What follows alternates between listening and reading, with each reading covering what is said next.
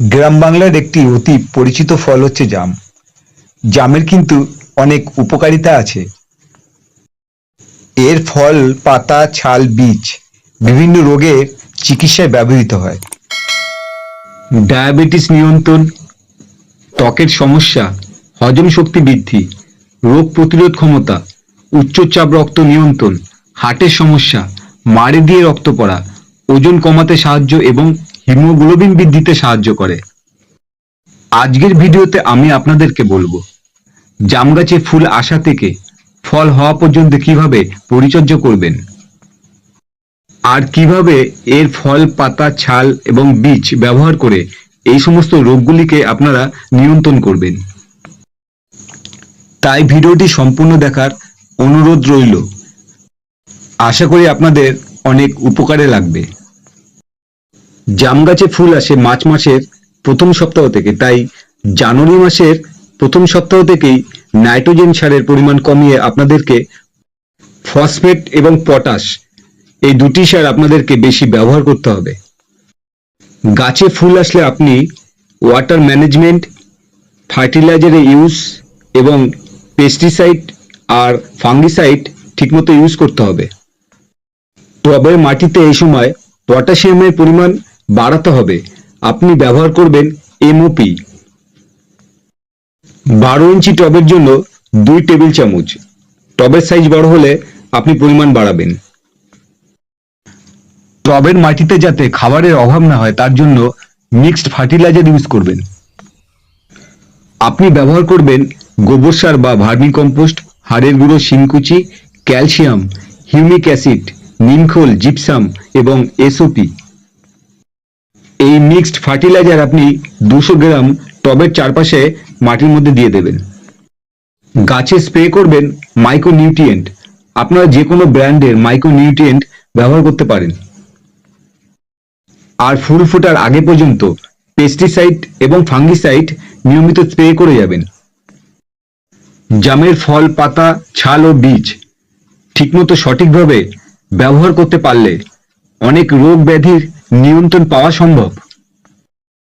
জামের বীজ ও পাতা ডায়াবেটিস নিয়ন্ত্রণে সাহায্য করে, কারণ এর মধ্যে অ্যান্টি ডায়াবেটিস উপাদান রয়েছে। কিভাবে ব্যবহার করবেন? জামের বীজ শুকিয়ে ভালো করে ডাস্ট করে নেবেন। প্রতিদিন সকালে উষ্ণ গরম জলের সাথে 1 চামচ মিশিয়ে খেয়ে নেবেন। জাম গাছের কচি পাতা চাবিয়ে আপনারা খেলে ডায়াবেটিস নিয়ন্ত্রণে সাহায্য করবে।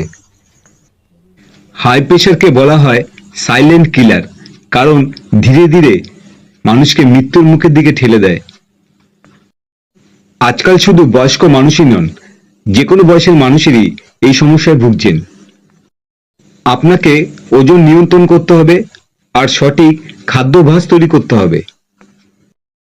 ডায়েটে রাখবেন প্রচুর শাকসবজি, পালং শাক, কলমি শাক, বাঁধাকপি, ফুলকপি, টমেটো। প্রতিদিন তাজা ফল খাবেন, লেবু, কমলালেবু, আপেল, বেদানা। আর প্রতিদিন সকালবেলায় খালি পেটে জাম গাছের কচি পাতা চাবিয়ে খাবেন। আর জাম গাছের ছাল ডাস্ট করে উষ্ণ গরম জলের সাথে 1 চামচ মিশিয়ে খাবেন।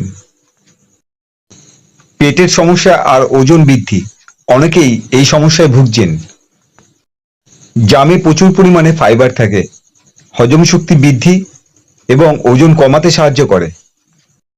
সারা বিশ্বে হৃদরোগ এখন প্রধান স্বাস্থ্য সমস্যা। উচ্চ রক্তচাপ, ওজন বৃদ্ধি, ধূমপান, অতিরিক্ত কোলেস্টেরল, চিনি ও সোডিয়ামের গ্রহণ, যা হৃদরোগের ঝুঁকি বহুগুণ বাড়িয়ে দিচ্ছে।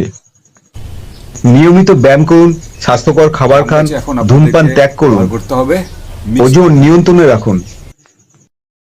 আর সিজনে জাম খান, কারণ জামের মধ্যে থাকে পটাশিয়াম। পটাশিয়াম হার্টের স্বাস্থ্য ভালো করতে অনেক সাহায্য করে। আপনি কি জানেন জাম খেলে হিমোগ্লোবিন বাড়ে? বেশিরভাগ মহিলাদেরই হিমোগ্লোবিন কম থাকে। আপনি হিমোগ্লোবিন অবশ্যই বাড়িয়ে নিতে পারবেন যদি আপনি জাম খান। জামে থাকে আয়রন এবং ভিটামিন সি, যা হিমোগ্লোবিনের পরিমাণ অনেকটাই বাড়াতে সাহায্য করে। তাই বাড়িতে একটি হলেও জাম গাছ লাগান। আপনারা টবেও রোপণ করতে পারবেন, আমি যেভাবে টবে রোপণ করেছি। আগে আপনাদেরকে বলেছি জাম গাছে ফুল আসলে কিভাবে পরিচর্যা করবেন, আর এখন আপনাদেরকে বলবো গাছে জাম হলে আপনারা কিভাবে পরিচর্যা করবেন। গাছে নিয়মিত জল দেবেন, টবের মাটি যাতে শুকিয়ে না যায়। ফাঙ্গিসাইড এবং পেস্টিসাইড নিয়মিত স্প্রে করে যাবেন। মাটিতে দেবেন মিক্সড ফার্টিলাইজার। আগে যে মিক্সড ফার্টিলাইজার ইউজ করেছিলেন সেই মিক্সড ফার্টিলাইজার ইউজ করবেন, তার সাথে মিশিয়ে দেবেন 1 টেবিল চামচ NPK 19-19-19। গাছে স্প্রে করবেন এসওপি, বোরন এবং মাইক্রো নিউট্রিয়েন্ট। 1 লিটার জলে বোরন নেবেন 1 গ্রাম, এসওপি নেবেন 2 গ্রাম আর মাইক্রো নিউট্রিয়েন্ট নেবেন 1.5 গ্রাম। 15 দিন পর পর ইউজ করে যাবেন। আর আপনারা স্প্রে করবেন একটি পিজিআর প্ল্যানোফিক্স। প্ল্যানোফিক্সের ডোজ 1 লিটার জলে 1 ml। 15 দিন পর পর অবশ্যই একবার করে স্প্রে করবেন। ভিডিওটি যদি আপনাদের ভালো লাগে তাহলে লাইক করবেন, কমেন্ট করবেন আর শেয়ার করবেন। আর নতুন বন্ধুরা যারা আমার এই ভিডিওটি আজকেই প্রথম দেখছেন, আমার এই চ্যানেলটিকে সাবস্ক্রাইব করে আমার পাশে থাকবেন। আপনাদের ভিডিওটি কেমন লাগলো আপনারা অবশ্যই কমেন্ট করে আমাকে জানাবেন। আজকের মতন ভিডিওটি আমি এখানেই শেষ করলাম। আপনারা সবাই ভালো থাকবেন।